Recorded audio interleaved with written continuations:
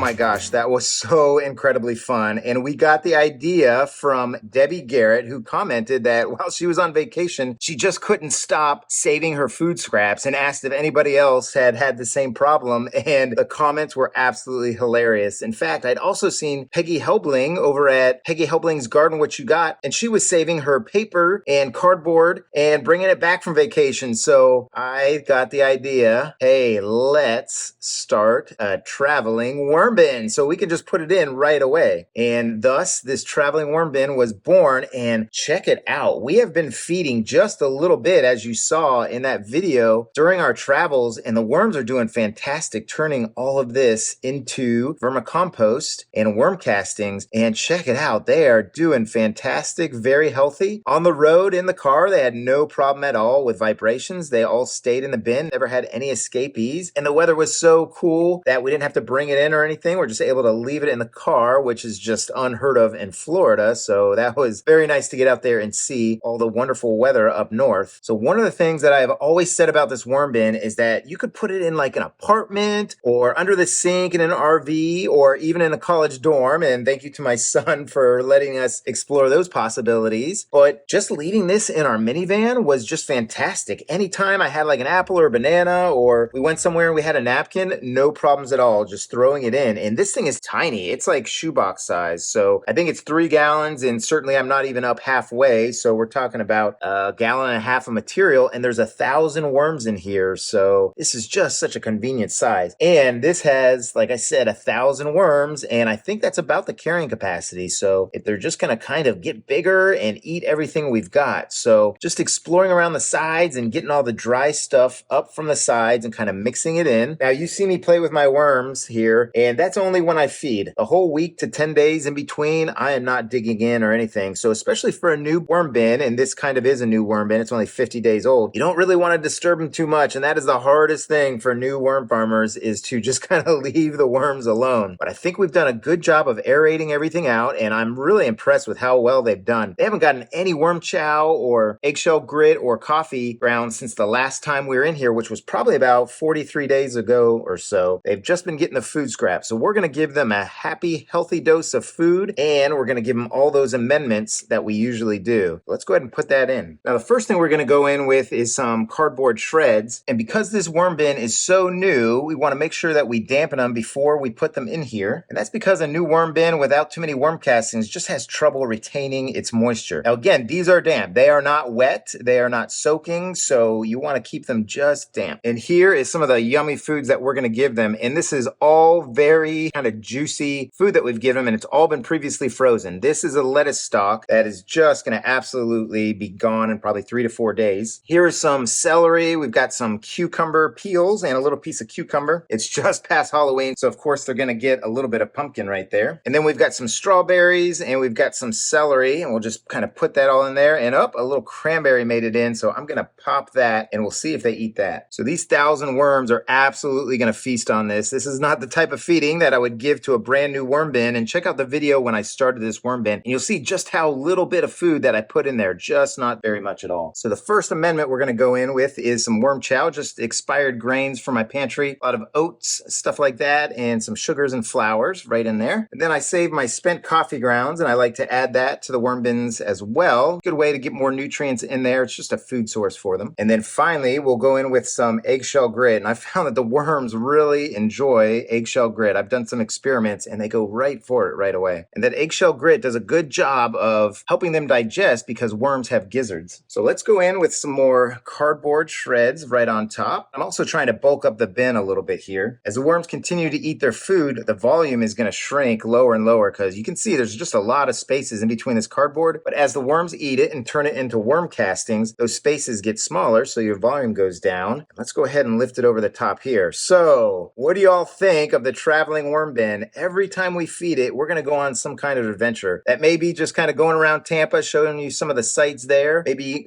going off and visiting our children. We're empty nesters, so that's kind of another reason why we decided to do a traveling worm bin, because we plan on being on the road a lot. So tell me what you think. Would you ever travel with a worm bin? Certainly one this size is very easy, and I think you could do it. So let's go ahead and add on this top newspaper, which I don't think is going to be around here for very long. Now, one of the things we did do is we kept our spray bottle with us, because as we were kind of finding the different scraps that we had, it all went in dry. So I wanted to make sure that I had the ability to moisturize the bedding as we put it in. I think I'm just going to go with one right there. But the other key that I think really helps out the bin is this bubble wrap right here. It does a great job of, as the water and moisture kind of condenses up on the surface of it, redistributing it along the newspaper and not letting so much condensation go up the sides, because I really don't have problems with it. Probably because I have big holes both here and on the lid, but also because of this great plastic right here. So be looking out for more adventures from the tiny traveling worm bin. In fact, the next one we're going to go on is we're going to meet some recent graduates of the University of Central Florida, where I went to school, who are entrepreneurs, and they are making the most incredible worm casting tea. So be looking out for that. So I hope you're having a great day.